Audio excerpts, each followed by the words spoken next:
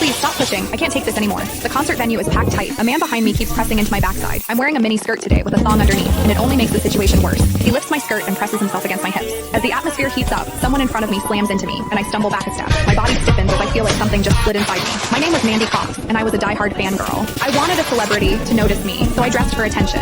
I wore heavy makeup and made sure nothing about me went unnoticed. My low-cut top revealed a wide stretch of skin, and my chest bounced with every step. I paired it with a mini skirt that barely covered my thighs and sexy white stockings which hugged my legs. But when I arrived, reality hit. The concert venue was packed so tightly I couldn't move, and the crowd swallowed me whole. The celebrity was never going to notice me. I craned my neck and shouted, "Darling, take me." I never imagined that line would draw the wrong kind of attention. Instead of the celebrity, it caught a filthy creep. After I shouted it, I became aware of a man behind me, repeatedly bumping into me. At first, I brushed it off. In a crowd that dense, accidental contact was easy to explain, but the feeling wouldn't go away. Something hard kept pressing against my butt from behind. I assumed I'd accidentally backed into his hand where it rested behind me, so I turned and offered a polite apology. "Sorry, I didn't mean to bump into you." He paused, then flashed a leering smile and said, "It's okay, I don't mind." When I turned back toward the stage, I felt him press against me again, more deliberate than before. I kept my attention on the celebrity on stage and shut him out. The man became increasingly brazen, pulling up my skirt and pressing close against my backside. I had only a thong on underneath, which left my butt exposed. I felt his touch directly against my skin and assumed it was his finger. Only then did I realize something was wrong. The pressure was warm and solid in a way a finger could never be.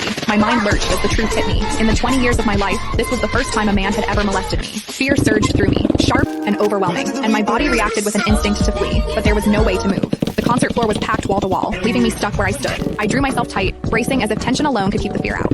As I did, my hips closed around the man's so-called finger, trapping it between my cheeks. An unfamiliar sensation followed, and warmth rose to my face. What confused me was that I didn't recoil from it. There was a muted comfort to it, and against my will, it sparked a faint sense of expectation. The man behind me seemed to take it as a signal. He moved in closer, repeating the motion until the intrusion was unmistakable. I had lived a sheltered life as a college student, and now I was being toyed with by a stranger while surrounded by people. Shame surged within me without warning. I felt the urge to sob, but my throat closed, and my voice deserted me. Worse still, the pressure forced my thong inward and sent a restless, prickling discomfort through my body that wouldn't fade.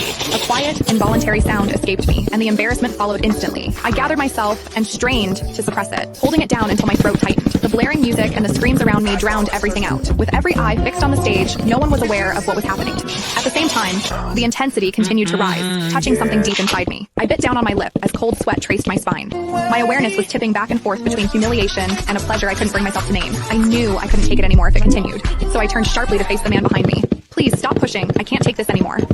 When I finished speaking, the man leaned toward me and whispered in my ear, "Is it exciting, the way I'm pushing against you?" The shame was overwhelming, and I was on the verge of crying. "I'm a virgin. I've never done that kind of thing. Please, let me go." He didn't stop. Instead, his gaze burned deeper as he seized my waist, the pressure growing stronger. "You're really a virgin? Then let me show you what it feels like to be a woman." Click the link in my bio to get the full story for free.